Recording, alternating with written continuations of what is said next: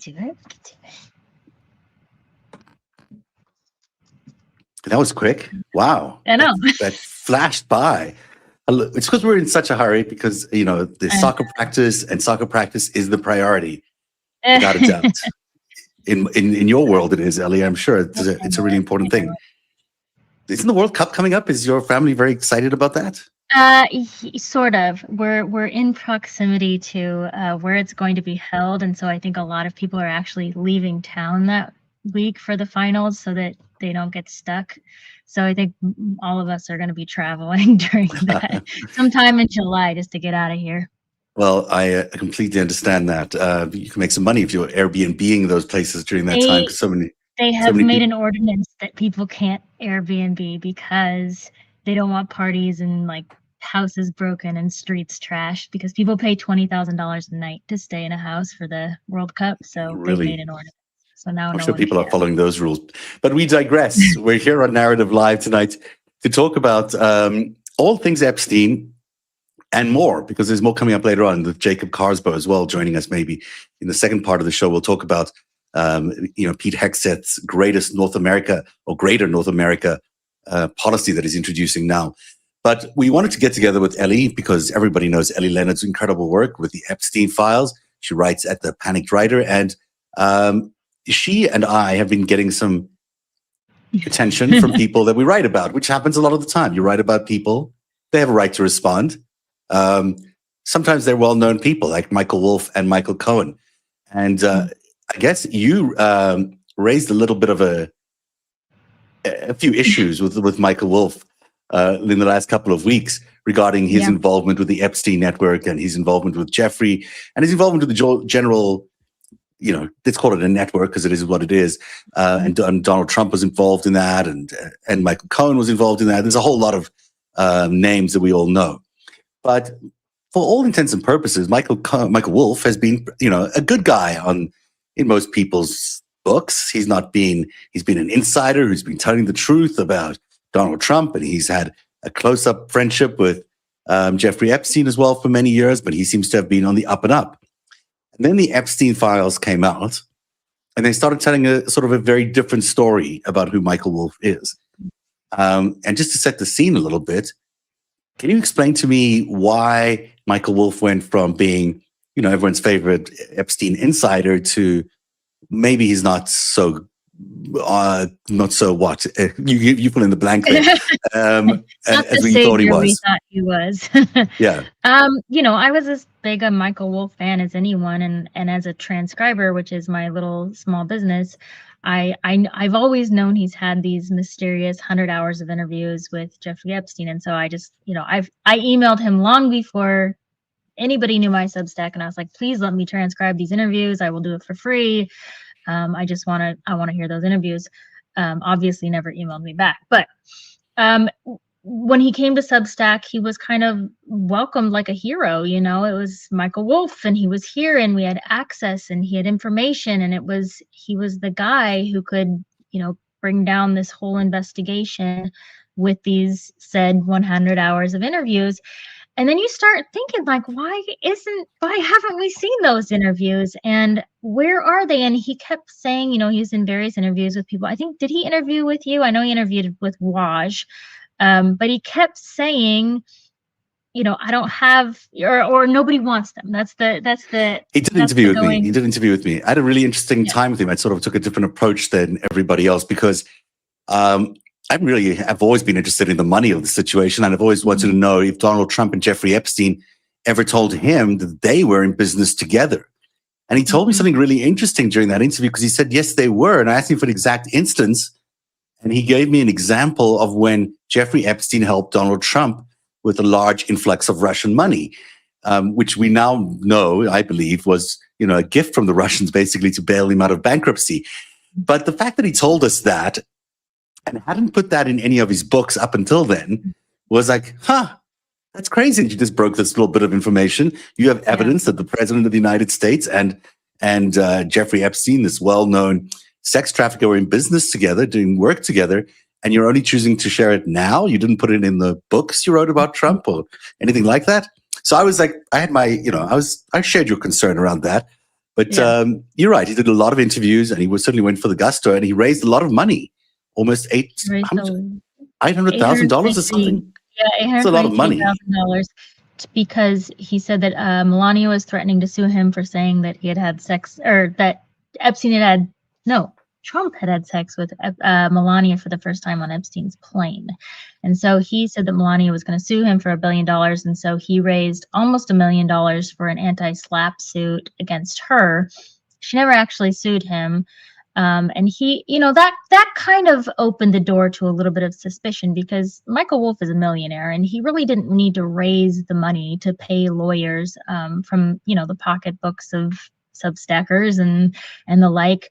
But he raised almost $1 million, and the lawsuit never came to fruition. And, he keeps saying that it's so he can get a deposition out of Trump and out of Melania, but he can't with this type of lawsuit. There's no possible way for him to do it. The only thing he can get is if he wins the anti-SLAPP, then they have to pay his legal fees. But if they pay his legal fees, then he still has $823,000 that he's sitting on from the GoFundMe. So that's kind of when it started to fall apart. And then we got a first kind of batch of emails in November, and they were smaller than what we have now, but we started reading the conversations between Jeffrey Epstein and Michael Wolff. And I think a lot of people went, wait a minute, because again, even to this day, he still presents himself as like meeting with the devil and like Epstein's this terrible person. But in their emails, that's not what it reads like. It reads like a friendship. It does read like Michael Wolff wants something from Epstein and his kind of prestige and closeness to power, but then Michael Wolff starts organizing for Epstein. He starts getting him dinners with Woody Allen. He starts like catching and killing these stories that are out to defame, quote unquote, Epstein about his history and like sex trafficking and his old lawsuits and things like that. And he starts to take all this information that credible journalists are writing about Epstein, and he begins to crush it in order to rebuild Epstein's reputation as a philanthropist. And you start to see this different side of Michael Wolff. And then you fast forward into now we have 1,800 pages of emails with Michael Wolff, and he's getting manuscripts for books about Epstein before they're published and trying to like warn Epstein. He's helping him like, with these Wikipedia cleanups so that he looks great. If you search Epstein online, he'll look great. He's trying to crush when Dylan Farrow came out and wrote the story about her father, Woody Allen, in Nick Kristof's blog at the New York Times.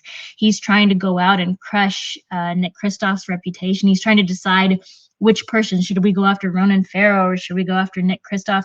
And you realize he has become Jeffrey Epstein's fixer. And it's no longer about, he's still wanting to write a book. There are plenty of emails from Michael Wolff saying, this is what the book's going to be about. We need to sit down and write this book. But you start to realize that he holds some power, and you can tell he feels powerful in this position.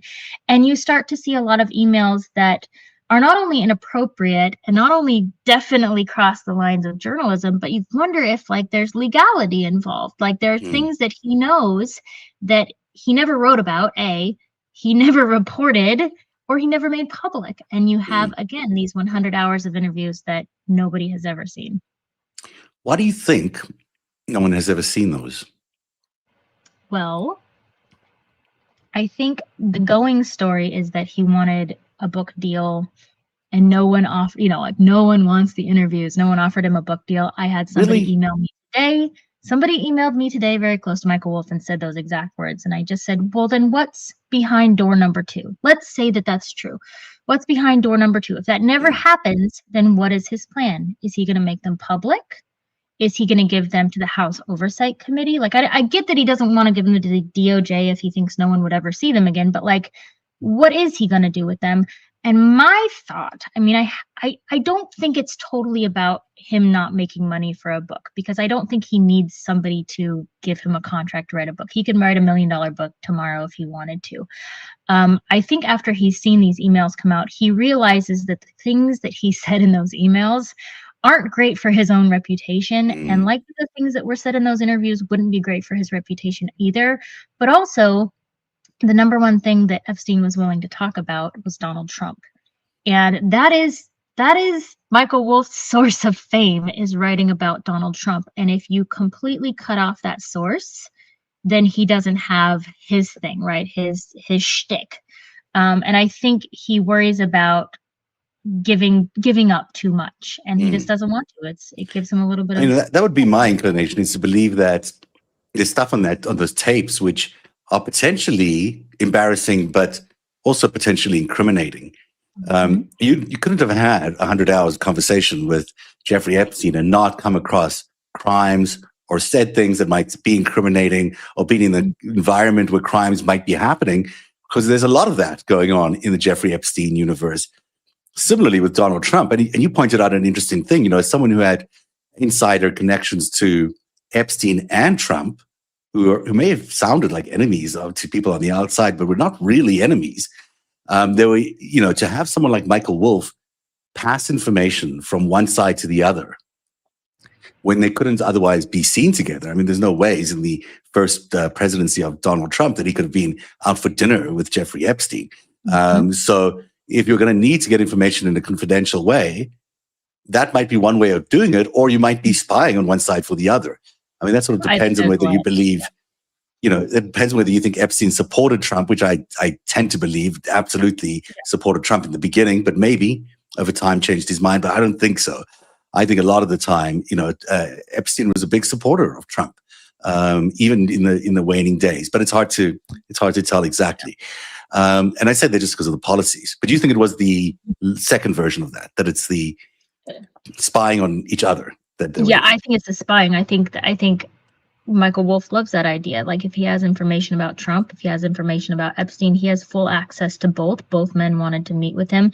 I mean, there's this idea that Trump doesn't like the books that Wolff writes. He loves the books that Wolff writes. He loves the press. He loves anything like that. And I don't think he had any problem with the things that Wolff wrote about him, even if they weren't the most glorifying things. I think he liked that. And so you had this guy who was bouncing back and forth, and then he started to add in Steve Bannon, and he started to negotiate all the meetings with Steve Bannon and all these important people, Woody Allen. I think he liked to be the negotiator and the meetup guy, and because he started to become everybody's fixer. He was becoming Woody Allen's fixer. He's becoming Epstein's fixer. My guess is he was becoming Trump's fixer, and I think he really, really enjoyed that position. I mean, I do think that's what he trades on, whether he does so as a professional or otherwise. I think Donald Trump appreciates having someone like Michael Wolff, with the reach he has in terms of ability to move stories and move narratives. Epstein would too. The question becomes always, for me, what's his actual role in a network like that? If he's aware of all these inside information, if he's got all this insight, is it just for himself? Is he just doing it for himself? Or are there other parties out there that could be benefiting from his work? Because let's face it, he's very, very well sourced, well connected, we should say. I'm going to play you our friend Michael Cohen and Michael Wolff. I don't know why they chose to do this together, but I think it's a hell of an appearance that Michael Wolff decides to go on Michael Cohen's talk show Mea Culpa, which is supposedly a confession of I'm sorry, or I'm my apologies, whatever it is that you would do if Mea Culpa. But this is them talking about us and other people who are involved at Lev Parnas and some other people who Dean is mentioned here, I think. And what they're talking about is Michael Cohen. We had been on one of our narrative lives, and I asked him some questions that he didn't like, and it landed up being a sort of full meltdown of the next few days. And he would know, he took us all to task and wouldn't. He said a whole bunch of things. Anyway, let's listen to what Michael Cohen and Michael Wolff said to each other about us conspiracy buffs. That's what they call us, conspiracy buffs. Influencers. I mean, I don't even quibble with any of those two, but okay, here we go. Let's listen to them. Claim is through veracity, right? Is through truth, which sort of brings me to this whole thing. Because when you and I were sitting and talking on the street, I was asking you about, for example, Tara Palmieri, Lev Parnas, this guy Zev Shlev, Dean Blundell, L. Leonard, and a whole group of other far left-wing activists in their own minds. They call themselves like influencers, right? Whether it's on whatever platform that they're on. They went and they make all of these statements. Michael Cohen claims he knows nothing about Donald Trump's relationship with Jeffrey Epstein. We now have the official government documents that prove he was lying to everyone. In fact, they go ahead and they post the following, which says Cohen also tried to separate the Katie Johnson rape allegation into two different cases on PDB. That's the Patrick Bet David podcast, claiming he only handled the Jane Doe complaint. But his own timeline collapsed. He described sending private investigators to the accuser's address, calling it a vacant parking lot. Shalev pulled up the actual location. It's a house. The lawyer Cohen contacted turned out to be the same lawyer connected to Katie Johnson. His own words confirmed what investigators had been saying. It was the same case all along. But here's the interesting part, right? The lawyer himself, in a document, in a text message to me, claims, I never dealt with an attorney named Michael Cohen. And then he says, you are conflating two entirely different Jane Doe cases, meaning they're completely wrong, right? And this has caused me, and I know that Tara Palmieri and Lev and others have caused you similar sort of angst and I don't. I mean, yes, they really haven't. I mean, I don't. I mean, I'm aware of these people. I'm hardly aware of them, but there is. I don't know what they seem to me. They're conspiracy buffs. The world is filled with, it's like, crime buffs, conspiracy buffs. I don't know what they get out of this. And I don't know. Well, they get subscribers and money. Well, I suppose, they're trying to claw out a living in this desperately difficult business. So I think that's, and this probably, and there is a coterie, I think, of people who are interested in these kinds of conspiracies and everything piled onto everything and everything conflated. And it's a somewhat of a fantasy world. And I think that they live in that, but that doesn't affect me very much. You get comments, but, I mean, the nice thing about Substack is it's an easy block. Correct. So he's trying to get Michael Wolff to agree with him about this supposed inaccurate reporting, which sounded pretty accurate to me. But he's trying. We can literally hold up the court cases and show them. It's the same thing. He actually, I've asked the investigators and he's asking the question, but as he's asking the question, the whole question seems to be falling apart because he realizes that it's not actually true. What he's saying. Same lawyers on both cases. Yeah. So Michael Wolff is saying he doesn't buy into it. He doesn't buy in completely. He still bites a little bit on us. He calls us conspiracy buffs, which isn't exactly a bad term, I don't think. I mean, the last time I checked, there are conspiracy theories and there are criminal conspiracies. The word conspiracy is not a bad word, by the way. The word conspiracy is a word to describe a conspiracy, which can be criminal or otherwise. And what we all tend to do is we tend to work around criminal conspiracies. So that makes us criminal conspiracy buffs versus people who are making things up, which is the term conspiracy theory. But I don't know. I can't even work up any emotion around that because I feel like who cares? Who cares? I was overanalyzing as I was listening to it because, even when he said your name, he's like, "What's the guy?" Oh, Zev Shalev. Like he'd forgotten your name, and then later on, he says we're hysterical and we're opportunists, and it's just all you're doing is literally just pulling up documents that already exist and turning them around and showing people, right? There's no opinion involved. When you talk about this, the Katie Johnson case, which was not even our point ever. The point was he was saying he knew nothing about Epstein in 12 years of working for Trump during Epstein's height of power. And we said that's impossible. He turned it into the Katie Johnson case that is indeed all the same case. It was refiled twice. It is 3 different court cases, but it's with the same lawyers. You know, her private investigator has verified that it's all the same case. Like, I don't really get the point of why we're still talking about that over and over Well, he again. wants us to talk about that because he doesn't want us to talk about the other stuff, I think, that there is about him. Because there is so much Michael Cohen stuff that he hasn't spoken about, specifically you say this much better than I do. What's the House of Friendship? Say it again, probably because you're French. Which one? What one? The House of Friendship.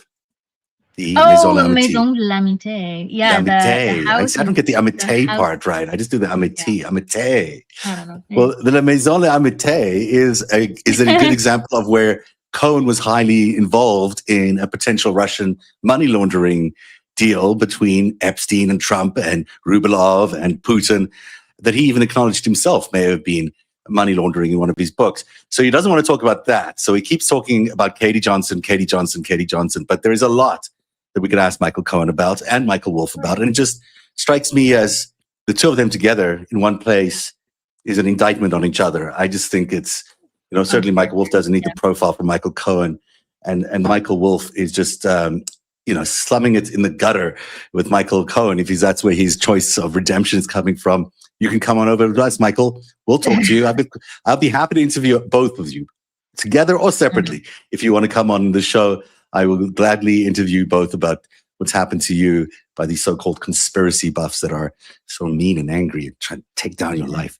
More importantly, there is a lot of other stuff that you've been discovering, and there's also stuff I want to talk about the Howard Lutnick stuff. But do you want to say anything else about Michael Wolff before we close I think there's I've posted a lot of things today, and I was like, I'm just gonna go on. Once he said hysterical, I was like, okay, then that's my cue. I'm just gonna go off and start posting some of these things we find, because when Julie K. Brown wrote her article for the Miami Herald, which inevitably brought this case back to the forefront and was reopened, which led to Epstein's arrest. When that happened, Michael Wolff tried to discredit her journalism and get rid of it, basically, and say that it was false, and he was sending Epstein's statements to put out to discredit the work that was being done to reopen the case. And I mean, that's the biggest and most clearest thing in these files, is that he was fixing Epstein. He was fixing his reputation and trying to discredit anyone who stood up and said, hey, by the way, there's kids being abused. They'd be like, nope, we're going to discredit you and we're going to talk about your philanthropy. No, that's the same excuse, or I shouldn't say excuse, that's the same reason that Bannon also says he was doing these interviews with him, with Jeffrey Epstein. He also has 100 hours of interviews, he claims, with Jeffrey Epstein. And he, for the same reason, he was trying to rehabilitate his image. Why do you think they both come around the same line, the same reasoning for doing it? I think that Bannon and Wolff are like parallel personalities. I get them. Even when we were talking before, I was like, oh, I thought I was talking about Wolff, but I think I'm talking about Bannon. They're very similar. They both came in to sort of feed off of Epstein and what he had to give to them. And then eventually they gained more power, and he started feeding off of them because he became more isolated and more under surveillance. And, the FBI started coming after him. But it's a very interesting world where friendships are not friendships. Like, you don't really just hang out with somebody because they're your good friend. There's always give and take. There's competitiveness. There's things to gain and glean from people. And just like Michael Wolff, Bannon had, he'd been fired from the White House. He was licking his wounds. He went to Epstein because Epstein was sort of in the height of his power. And then all of a sudden, Epstein's going downhill, and Bannon starts to create this sort of global impact, world travel, speaking with global leaders, making deals and starting to kind of make his way back into the White House, and people on Trump's team are starting to work with him. And Epstein is just like, I want some of that. And so they developed this deep friendship. And I'm curious, because again, I've only gone through about 300 pages of these emails with Michael Wolff. I'm curious if we'll start to see a kind of a competitiveness between Bannon and Wolff for vying for Epstein's attention, because they strike me as very, very similar people. That's interesting. I tend to agree that they are, operating from the same perspective. But I always think, these guys are international espionage operatives, whether you call them spies or whether you call them assets or whatever you want to call them. They operate in that shadowy world between global politics, global finance, global media.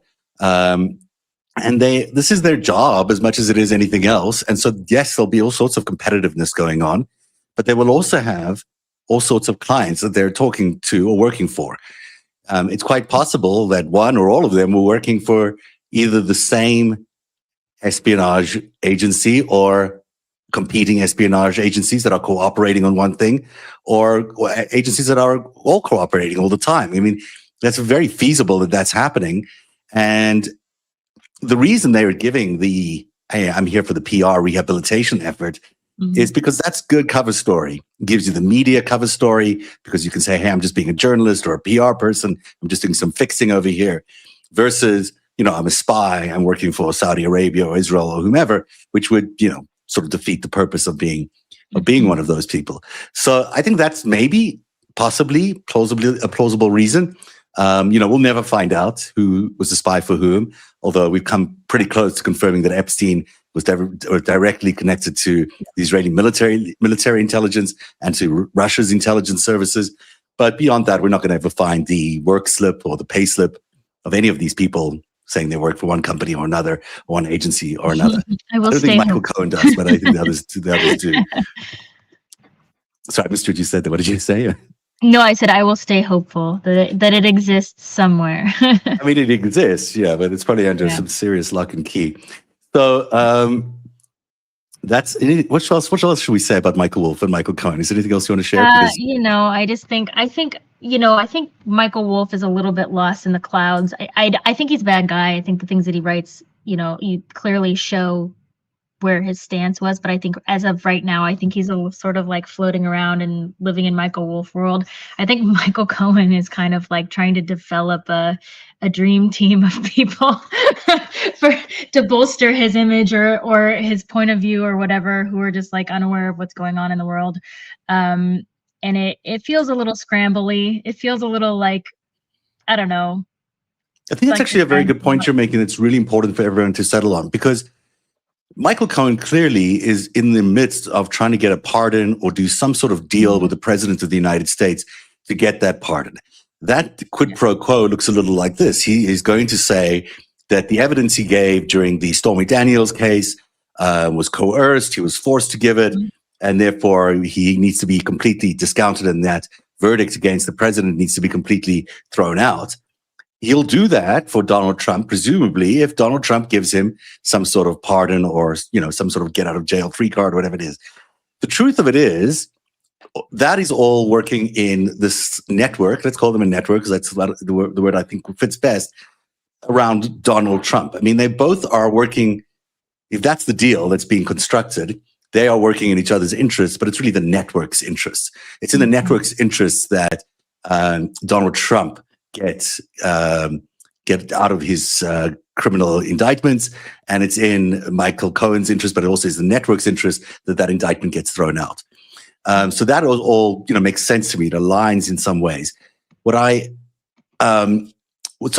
that is a deal that's happening. And when you're saying he's collecting people, putting together people, influencers to run this operation, and look at what they're doing. They're coming after us. They're coming after the people who are exposing the truth about them, because they don't want the truth out there. They want us to be discredited. Yeah. They want people not to support us and for us to be disbelieved. And that is why they're both using words like, I don't really know them, I hardly know them, or they know who we are. I mean, I've been writing about Michael Cohen for 10 years. I'm sure he's come across my work many times before. And I'm sure he's not liked my work before too. But definitely he would know who I am, and definitely Michael Wolff knows who I am. So that sort of dampening of who we are, the dampening of our experience, that sort of these are just influences of people that don't matter, is part of a strategy, I think. And certainly the only reason I could think Michael Wolff would even want to appear with Michael Cohen, like why would he, is because the network sort of needs it. The network wants it, because the network needs to bolster Michael Cohen, give him credibility, but also build this machine in order to discredit us. And that's the only reason I'd actually think about even covering a story like this. Normally, I didn't really like to respond to people's comments about the work. But in this case, I think this is part of the story because it is them actually trying to cut us down, to hurt our reputation in order to bolster their own position, which is ultimately to bolster this deal that he's got, which will get the president off his criminal indictment and him off and give him a pardon. So that's sort of the best framing. Goes on. We'll have to see if Michael Wolff wants to go on Laura Loomer. There's another example of somebody else that these are the biggest names in the Trump world. Laura Loomer, as much as we will dislike her, she's a big name in that world. That's two big names that he's got who would otherwise have no reason to be part of his universe, but they're choosing to. It not only makes me think, well, that makes you look pretty suspicious. It makes me think that you're part of that network. Right. But it also makes me think that there's a much bigger project going on here. They call this like left.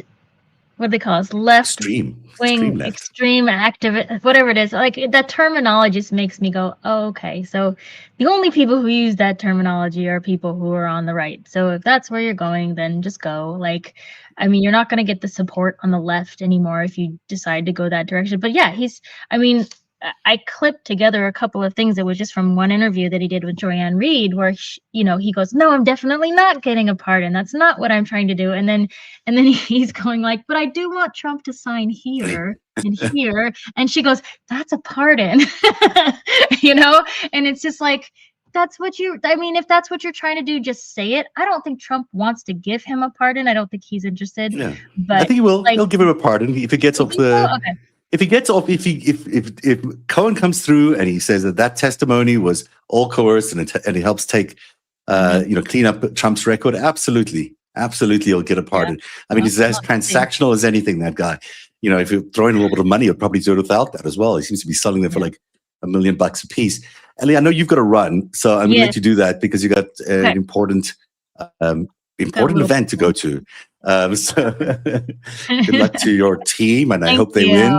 And everyone should check out the Panicked Writer, Ellie Leonard's incredible Substack, where she writes about all things Epstein, but a lot more on that Substack. Tell everyone what they can find right now and how they can get in touch with you.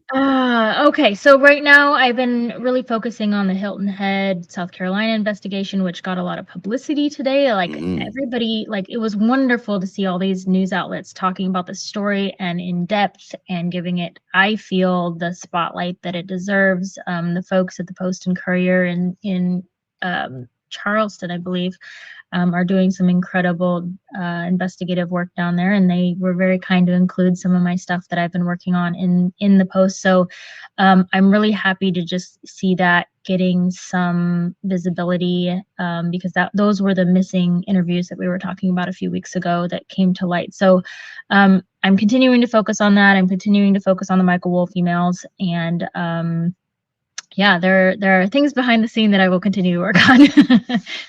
We should actually do more of this week, maybe even tomorrow if you can. I don't remember, because we have to finish the whole conversation. There's so much more we wanted to talk about. I'm going to keep rambling on a little bit about crypto and do some Michael Carsbo, Jacob Carsbo interviewing. But thank you so much for coming on, and thank you for sharing your extreme left-wing views and your influencer criminal buffery with all of us. Have a good night. My dance videos coming up. All right, I'll see you later. You form a band called the Conspiracy Buffs. I like it. Yes, I like it. Okay, I'll talk to you later. I can't sing, though, at all. So the great Ellie Leonard. I don't know what to say about Michael Cohen or Michael Wolff, except that, if you have anything you want to say, if you want to talk about the truth, come over. I'll interview both of you. I'll interview you separately.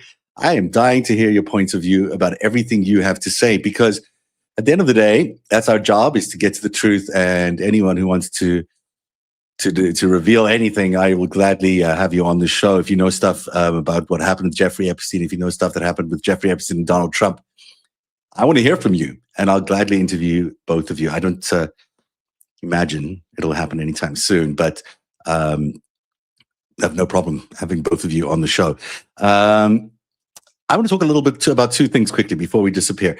One is the story I just published yesterday on Narativ.org, all about Jeffrey Epstein's ties to the crypto capture of America. Now that all sounds like, what the hell are you talking about? It sounds like you're a conspiracy buff. What is this buffery you're talking about? Crypto is very hard to get your head around. The idea that there's a capture of America by people who are proponents of cryptocurrencies, equally a complicated and sort of out there idea. The idea that it involves this company called Cantor Fitzgerald, which has been around for a very long time and is now owned indirectly by a stable coin company called Tether, and that the owner of Cantor Fitzgerald is now the Commerce Secretary in the Trump regime. I mean, these are all things that are sort of like out of this world, that each be an incredibly complicated and out of this world plot line in any movie. Yet they all seem to be, arriving at the story and combining in this one story. What I could not believe is when I discovered the role that Jeffrey Epstein had in creating the model, in designing the model that the Trump regime is now trying to bring out in the world, trying to make happen in the world, which is to introduce cryptocurrency as a legitimate alternative to the US dollar and maybe even replace the US dollar. And the best way for me to do this is to show you this diagram, which again looks incredibly complicated, but I'll walk you through some of the emails.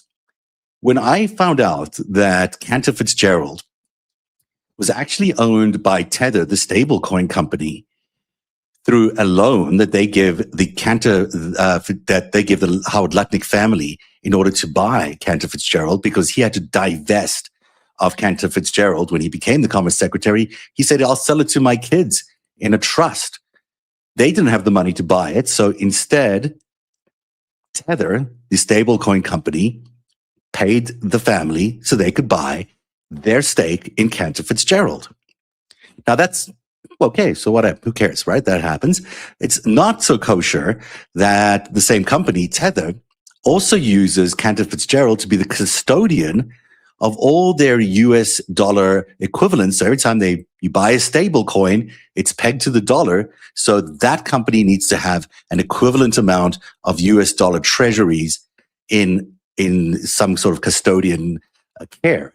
And in this case, that custodian care is Cantor Fitzgerald. They take $133 billion of money and they buy US Treasury bills for that, and they keep it so that the $133 billion in cryptocurrency is secured against something that's actually real and tangible. In this case, supposedly the most safe investment in the world, US Treasury dollars. Now, the fact that Tether is now the company that both sells the cryptocurrency and is also the owner indirectly of the company that secures that cryptocurrency is a closed loop. And it's a serious problem because it means that engine, if it breaks at any part, breaks the whole thing. And that's on itself just a really fascinating thing, that there is an incredible conspiracy happening between Howard Lutnick, who, by the way, as the Commerce Secretary, would be able to decide which company gets the bailout if it should need it in another crash. And that company might include Cantor Fitzgerald. Well, geez, he's going to give Cantor Fitzgerald a bailout if they need it. Of course, he'll give Cantor Fitzgerald a bailout if they need it. It's his company after all. So he's in a conflicted situation. Tether is a highly volatile instrument that is ultimately right now strapped to the US economy like a ticking time bomb. If anything happens to Tether and those $133 billion in treasuries have to be redeemed in a hurry, it's going to create a huge, huge problem in the economy in general, because the US treasury dollar bills, the yield will decline. That'll cause a huge spike in interest rates, and that will tear apart people's financial stability and the US market, the stock market that's going on. Already, that's another layer of complexity. But now here comes the third layer. Here is Jeffrey Epstein, who it turns out in 2013 pitched Vladimir Putin, the Russian president, about all of this. I find this just a stunning piece of information, to think that Jeffrey Epstein, the convicted child trafficker, was in 2013 writing Vladimir Putin with this idea. And this idea was to basically overhaul, let's call it that, the entire US or the global financial system and replace America's dominance in that global system with Russian dominance using a bunch of different factors. And I'm going to pull up these so you can follow along with me. I guess this email works the best because you can see both sides here. Let me do it this way. This one might be better again. So what you're seeing here is an exchange between Thorgen Jagland, who is a diplomat from Norway, who was the head of the World Council at one point, which is sort of a Russian entity, but nevertheless, he was very connected to Vladimir Putin, had direct access to Vladimir Putin. And in the email that you're seeing here, and we should start at the lower part of this email, is Jeffrey Epstein basically reaching out to Thorgen Jagland, and he's saying to him that, reminding him of what was the Sputnik program. Remember, the Sputnik program was the leapfrog that Russia was able to do over America in the science world, in the space world. He says when Sputnik was announced, the West was left flat-footed, or caught flat-footed. The same can now happen with Russia taking the lead in finance. Instead of competing with the West for nanotech, copying Silicon Valley, looking for startups, playing catch-up to Microsoft, Apple, Google, and the like, Russia can get out in front and leapfrog the global community by reinventing the financial system of the 21st century. That whole statement is incredibly ambitious, obviously, but think about what he's saying here. He's saying just like Sputnik was able to overhaul the way people viewed space and overtake America in the space race, now there is a way for you to do the same in Russia using finance. So he's identified cryptocurrency, he's identified all of this area as a potential point of dominance for Russia over America. And then he's saying all these efforts that you've been doing, because these are the efforts that we know Russia's been doing. Nanotech, Silicon Valley, the startups, the Microsoft, they've been doing all this for a long time. They haven't been able to catch up because they can't catch up. You know, it's hard to catch up against Silicon Valley.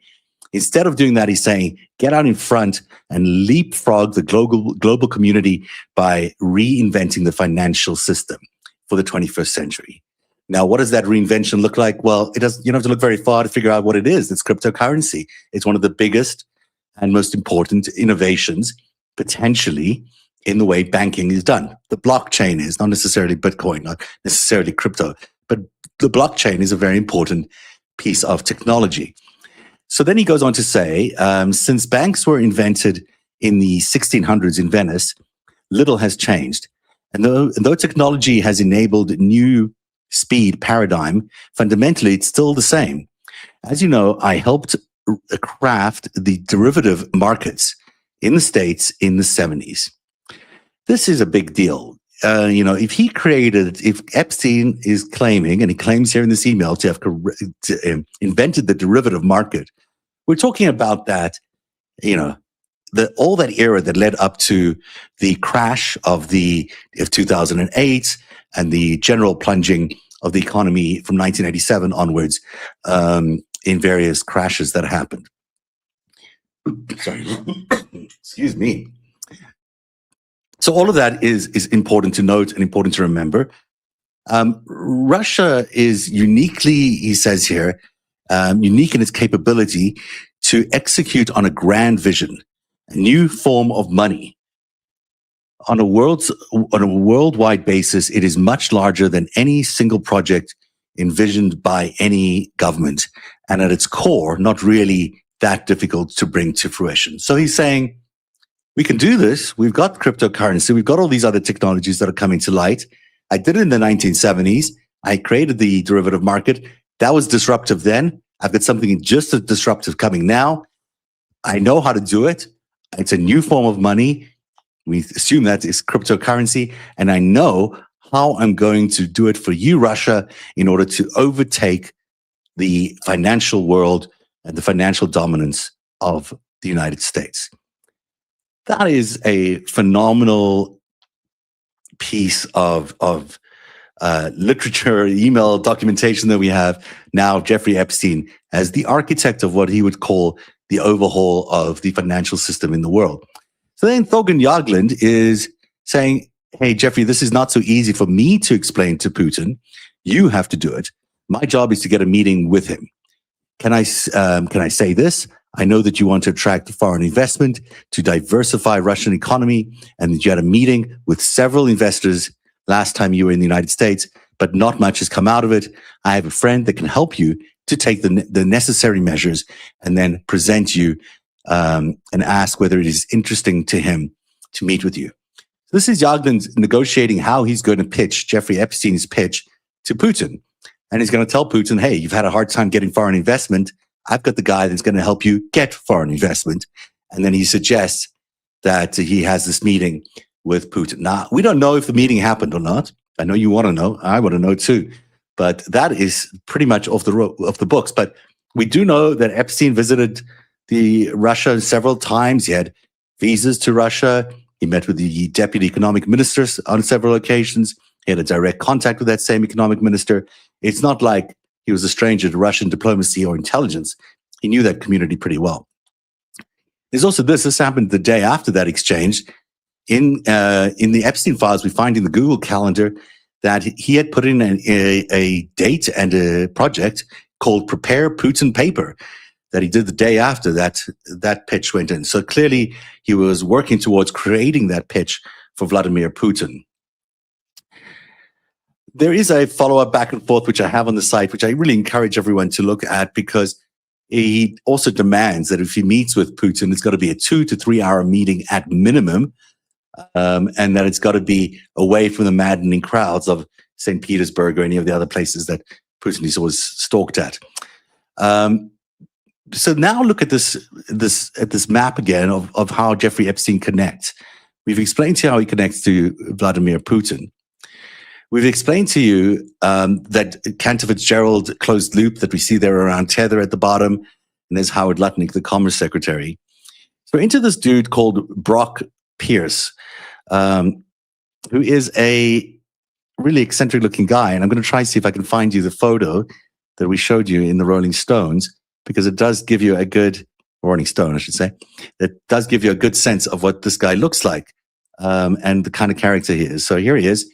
Brock Pierce, he's a billionaire now. I think he's worked as an actor, as a bit actor, maybe not even that famous an actor in Hollywood for many years. And there he is, celebrated on the cover of Rolling Stone Arabia. From Hollywood fame to blockchain fortune, he's described as a crypto visionary. A crypto visionary must be nice for him. Now, I don't know if Brock Pierce has the credentials to come up with anything related to Bitcoin or anything like that, but he has certainly been a big factor in promoting Bitcoin since its inception. So much so that he became the advisor to Jeffrey Epstein on everything crypto. So this guy is the guy that Jeffrey Epstein would pick up the phone and say, hey, Brock, what do you think about this idea? What do you think about this investor? Yada, yada. Now, it's interesting that Brock Pierce's, one of his claim to fame was that he invented the stable coin known as Tether.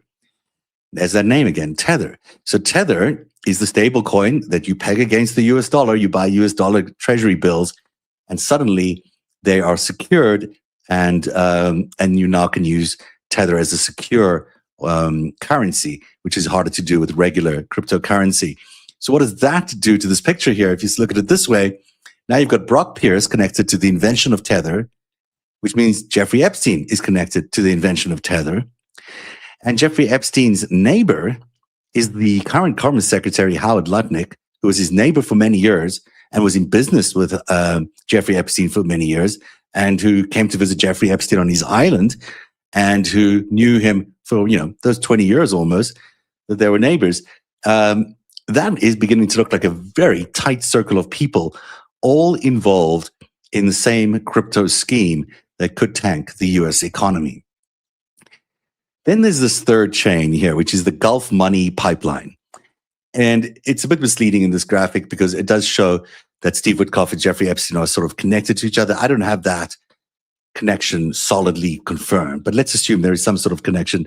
What we do know is that Witkoff is a big part of the Trump strategy to use crypto. He and Donald Trump's kids, his kids and Donald Trump's kids, are involved in a very big crypto company called World Liberty Financial. And so there is a connection there between Trump and Witkoff that you can almost put Trump's face there. Only he can't put his face there because he's the president and can't be seen to be doing this. But technically, Witkoff acts as the guy representing the Middle East interests and Donald Trump's interests. So why is it interesting that we have the Middle East advisor to Donald Trump, Steve Witkoff, who's negotiating peace, amongst other things, in Iran? Why is he involved in cryptocurrency? And the picture becomes much clearer when we do it, when you see that World Liberty Financial, 49% of that company was sold to Sheikh Tahnoon, who's described as the spy sheikh of the UAE, for $500 million, right before the president became the president in 2016, I believe, or this would be 2024. The other owner of World Liberty Financial, which is a Trump family company, it's making $1 billion in profits, is MBS, Mohammed bin Salman, the Crown Prince of Saudi Arabia, and then Qatar, which is also responsible for funding the $2 billion gift that went into World Liberty Financial to establish a stable coin that is a competitor to Tether, which was known as the USDT, the US dollar stable coin, which is competing with Tether. So Jeffrey Epstein now is closely connected to these three countries at the bottom here, on the side here. He's connected to the UAE through his many contacts. He's connected to Sheikh Tahnoon directly. He's connected to MBS directly. We show you how he visited the Louvre Museum with Mohammed bin Salman when it was a private, closed viewing just for MBS. And we've shown you his connections to Qatar throughout the way, throughout these many investigations that we've done. There is something very fundamentally important to recall when you look at this map. What crypto does and what the scheme is potentially trying to do is to create a bubble in the economy in order to crash it. They're pumping up the market. And the way they're pumping up the market is they're using US dollar treasuries, which they're buying with the rise of crypto. They're investing in these stable coins. These stable coins are then being bought as and secured by the cryptos, by the US Treasury bills. And so these US dollar Treasury bills are increasing the stock market, and they're keeping the US bond market afloat too, which is keeping prices low for you and me to buy groceries, and is keeping the stock market buoyant. But it is a bubble. There's no way that you can do this without it being a bubble. And ultimately, that bubble is going to keep expanding until it crashes at just the right moment. Now, that right moment is where a lot of money can be made. Because if you sell before that crash, because you know where that crash is, you're going to make a fortune. And then when you, at the bottom of the market, you then have all that cash that you made when it was high, and you start buying things when they are low, you can make a fortune of money, because now you've taken assets that were astronomically high, you couldn't afford before. Now you can afford them because you're buying them at pennies on the dollar after the crash. So you've made a ton of money on the way up, you sell it just the right place, it crashes, and then you buy all the stuff for dirt cheap at the bottom. And that's the way capitalism has always worked, right? I mean, capitalism, you buy high, you sell low, everyone knows that.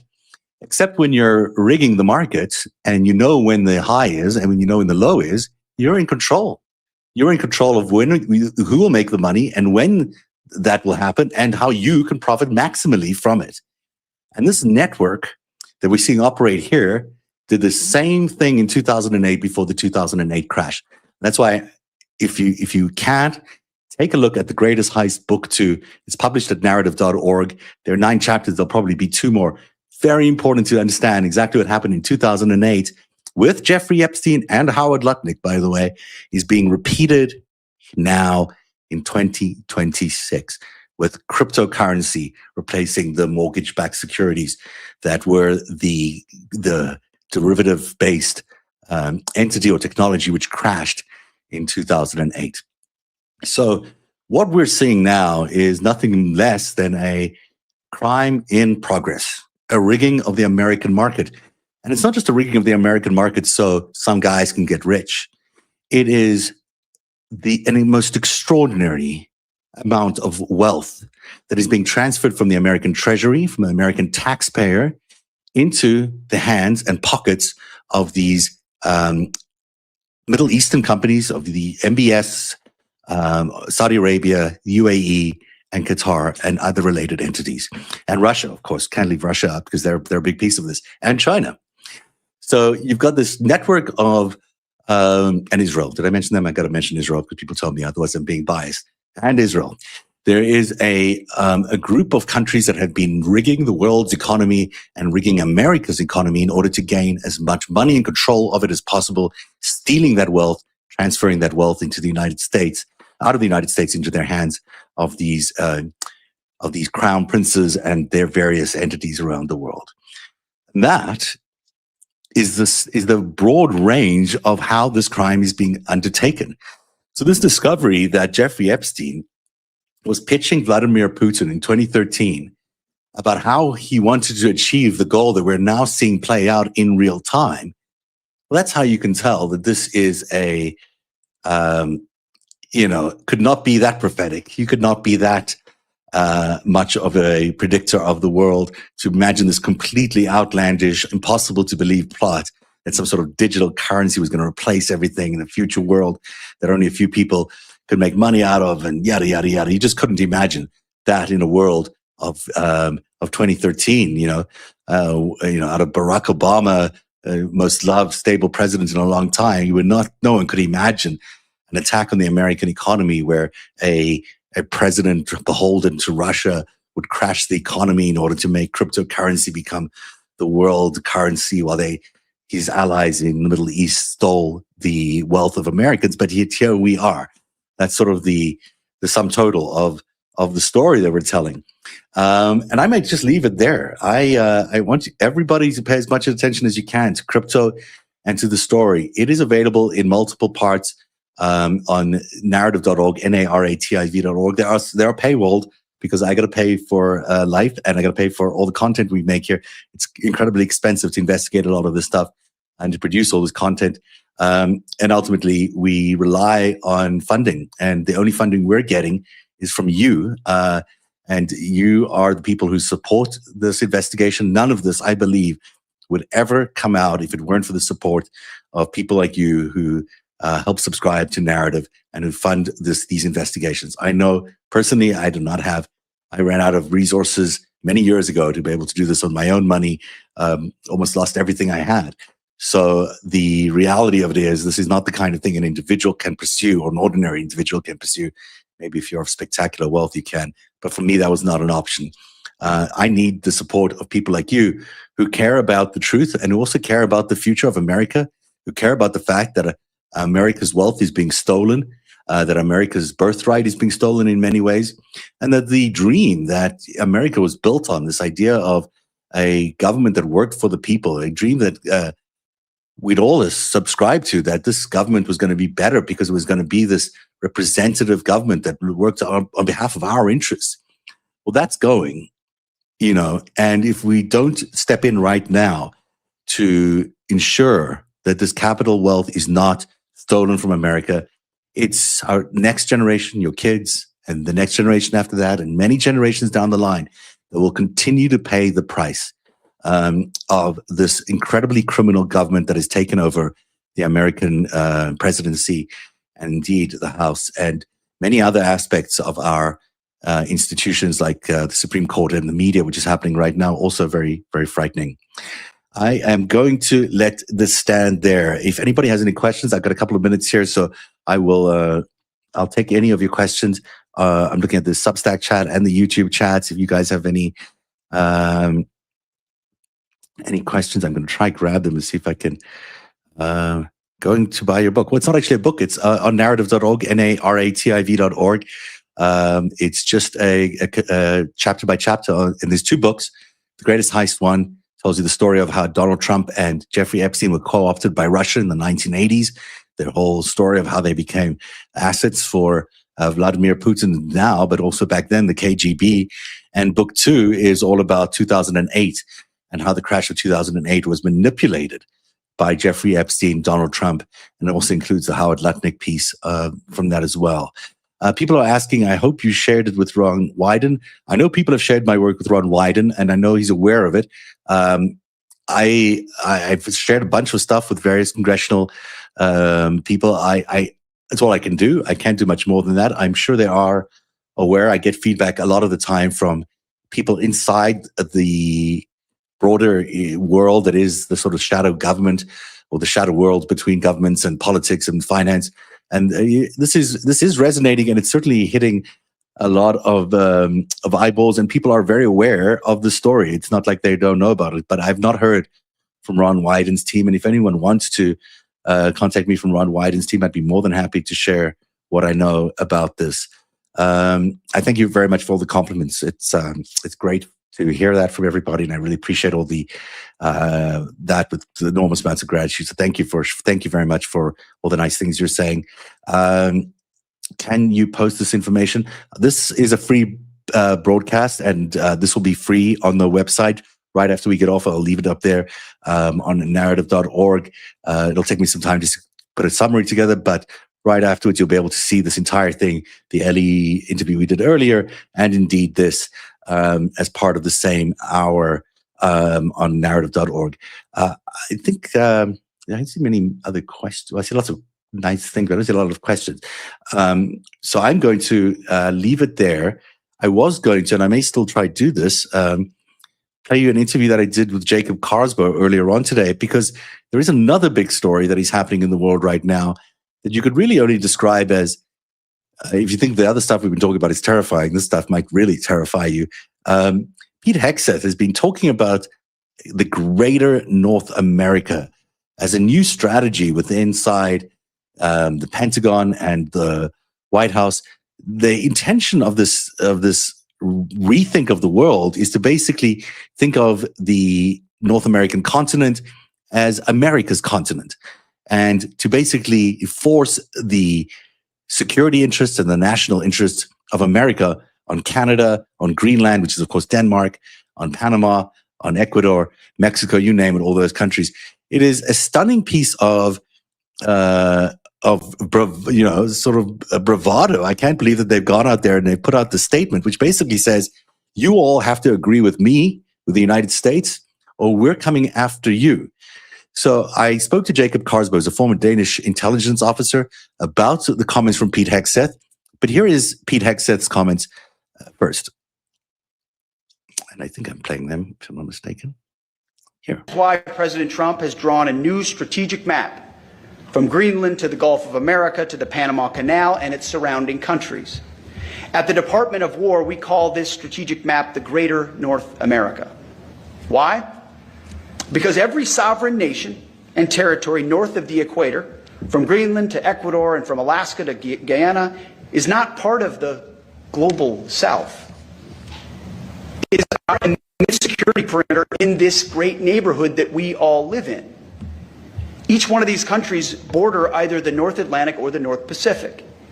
Each one of these countries sits north of the two basic geographic barriers that exist in this region, the Amazon and the Andes Mountains. Basic geography that we don't teach in schools as much as we should. And the South Pacific. Wait, I managed to play a lot of things all at the same time, but they won't stop. So let me do this, and then to add this one, and hopefully this is my interview with Jacob Carsbo. Infrastructure and resources in partnership with us and other Western nations. This is what we did in World War II. From Greenland to the Gulf of America to the Panama Canal and its surrounding countries. At the Department of War, we call this strategic map the Greater North America. Why? Because every sovereign nation and territory north of the equator, from Greenland to Ecuador and from Alaska to Guyana, is not part of the global south. It is a security perimeter in this great neighborhood that we all live in. Each one of these countries border either the North Atlantic or the North Pacific. Each one of these countries sits north of the two basic geographic barriers that exist in this region, the Amazon and the Andes Mountains. This is basic geography. Well, while we dive that basic geography, because it is kind of funny the way he describes it all, let's just get to the point here, Jacob, because ultimately what he's saying is nothing new. America's always had a great sphere of influence across all of what they're calling greater North America. But this is a very different presidency with a very different posture to the world. And in the way we're hearing it, at least I think I'm hearing it here in Canada, is it's like a protection racket, but on steroids. It's either you come along with us or we'll take you over. Yeah, it seems to be like that. It's an elaboration of the national security strategy from December. It seems, where you also had that talk about the Americas and the Western Hemisphere and the domination within that hemisphere. Now we don't know what exactly Hexeth is talking about in terms of partnership, etc., etc., and from the Danish perspective, we don't know what is he suggesting in terms of the approach towards the Kingdom of Denmark. But I think what he's saying is that he wants Greenland, or they'll take Greenland, and that's what they want cooperation on. I mean, it sounds like between the lines of what Donald Trump has been saying lately about NATO and what he's been saying about Greenland in the past, and this strategy, it seems like it's join us or else. Yeah, it could be, and there's also, some nervousness, I gather, in Denmark and actually in Europe in general, that with the difficulties and the challenges the Trump administration is having in Iran, the backlash persecution of this war and the whole planning and lack of objectives, etc., etc. So as was this domination of greater North America is a real risk. So definitely from the European side, we have to be on our toes. Of course, if they're going to start opening up a new front to include Greenland, they need ammunition, and they seem to be running pretty low on that. Plus, if they're sending ground troops into Iran, they'll be focused on Iran. I mean, I can't see them doing two fronts. They can't even manage the one front right now. No, it seems far-fetched, but it could be. If this goes sour, even more sour than it is already in Iran and the Middle East, then to pull out and just claim a victory and then go full throttle in the Arctic towards Greenland. That's a distinct risk that we have to reckon with.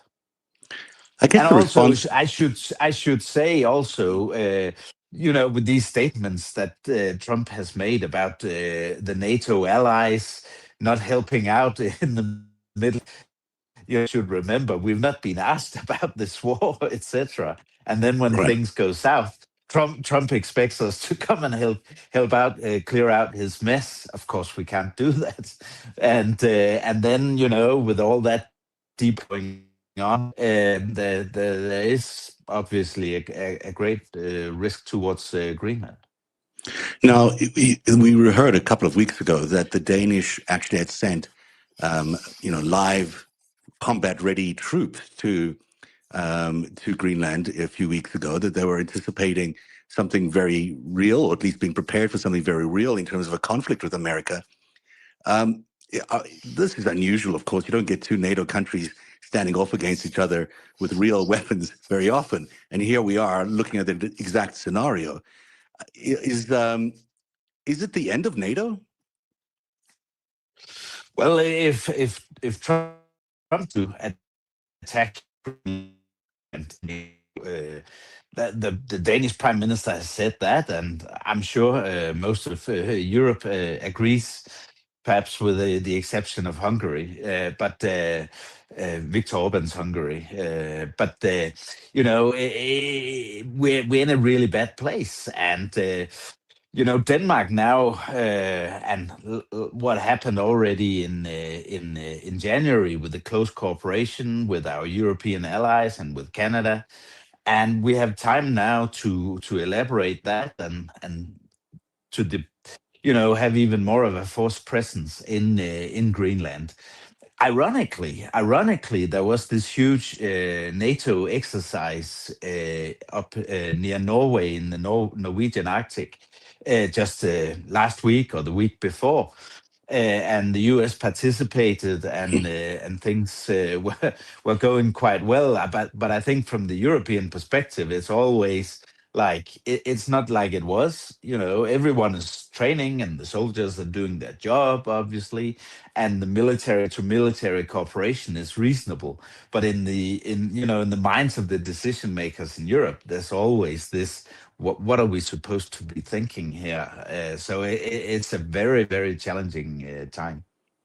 So just one last question here. If you've got all these countries in North America, like Mexico potentially under threat, Ecuador, Panama, Cuba is clearly under threat already. Venezuela's already sort of been taken, if you will. You got Canada. Can you see all those countries cooperating with a remnant of NATO or a Greenland plus NATO kind of alliance, which would involve Denmark and other European countries? Can you see that that whole grouping of nations, cooperating in terms of a joint military defense? I mean, in some respects, there's a long way to go, but I can see it because once the political decisions are there and the political willingness to move ahead, countries can do it. But of course, they hold back because they want to salvage what can be salvaged. But if push comes to shove, that's what we'll see. How far it will go, but obviously the rest of NATO, except the US, I think will be there, and there is already dialogue. You will know that Denmark and 8 other countries have signed an agreement with France about nuclear deterrence and working into that whole nuclear umbrella that France has, and that will be expanded even further. And the thing is about these discussions, when you have discussions already at the nuclear level, that's at the pinnacle Right. of everything. So when countries discuss nuclear sharing and nuclear deterrence, participation in nuclear exercises, etc., then we're at the pinnacle, and then everything else trickles down. So Right. so that really tells you the alarm mode that's in Europe. We'll have to see what happens. We will indeed. Jacob Karsbo is the former senior analyst with the Danish intelligence. Jacob, thank you so much for being here. And ironically, Sev, I have to add this. I'm Yes. actually on vacation, and I'm standing about 10 kilometers just behind me here down in the valley. You have the main base for the French Alp force.